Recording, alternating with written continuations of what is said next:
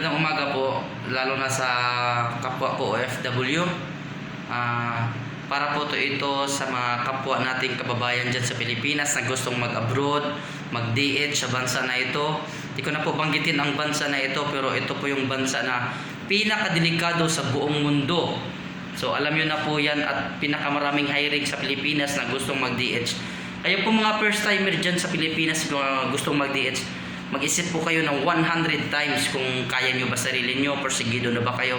Kasi halos araw-araw po dito maraming nire-rescue dahil humihingi ng tulong. Yung iba pinagnanasaan sa amo, binubugbog, yung iba pinagbantaan na papatayin. So kailangan nyo po mag-isip ng mabuti, total para sa kapakanan nyo naman po ito. So itong video nito gusto ko pong i-share nyo para po mapapalahanan natin yung mga kapwa natin kababayan, lalo sa kababaihan, dahil kadalasan po mga kababaihan nag-DH po sa bansa na ito. Hindi natin alam po ang buhay natin dito, kung uwi pa ba tayo ng buhay, uwi pa ba tayo na bangkay na, nakasakay na sa kabaong. So kailangan po natin mag-isip ng mabuti.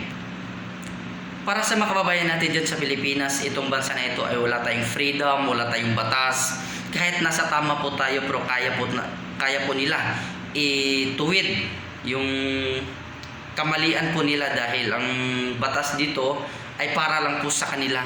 Yung batas nila sa kanila lang talaga, wala po tayong batas ng mga Pilipino.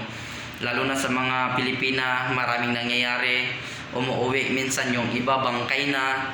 Kaya nakakalungkot po isipin, mga kapwa natin kababayan, marami na pong namatay sa bansa na ito.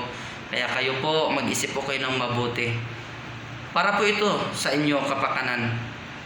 Hindi po ako nag-video dahil gusto po ako nanira na para hindi na po kayo mag-ibang bansa dito. Okay naman po, basta ibang trabaho, wag lang po yung mag-DH. Kasi ang DH po ang pinakadelikado, dahil isang bahay lang po kayo sa amo nyo.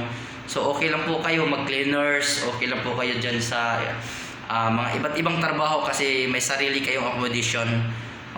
Kaysa kasambahay, isang bahay lang kayo sa amo. So maaari pong may mangyari sa iyo, hindi ka tratuhin ng maganda at maayos. Salamat po sa lahat. Huwag yung kalimutan i-share ang video na ito para po ito paalala sa ating mga kababayan, lalo na sa mga kababaihan dyan sa Pilipinas na first time na gusto mag-abroad dito sa bansang pinakadelikado sa buong mundo. Salamat po.